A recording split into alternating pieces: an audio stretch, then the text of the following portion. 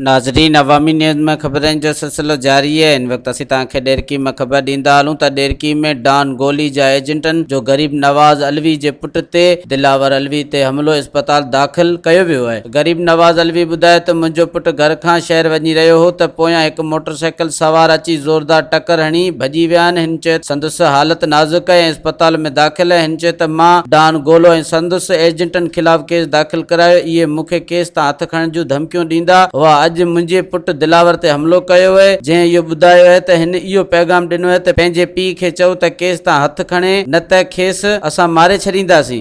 अमानत उर्फ डॉन गोलो ऐं उन जे एजेंटन जे ख़िलाफ़ मूं नेब में केस दाख़िल कयो। उन खां पोइ इन ॻाल्हि ते जेको मां ते तमामु सख़्तु नाराज़ हुया ऐं मूंखे मौत मार धमकियूं ॾींदा रहिया, जेको मां उन्हनि जे ख़िलाफ़ मुख़्तलिफ़ अदालतनि में पिटीशनूं बि दाख़िल करायूं, FIR बि दाख़िल कराई। अॼु जेको आहे मुंहिंजे पुट ते कातलाना हमलो करे उनखे तमामु सख़्तु तमामु शदीद ज़ख़्मी करे छॾियो आहे, जेको हिन वक़्तु एमरजेंसी वार्ड रहिमयार ख़ान में दाख़िल आहे।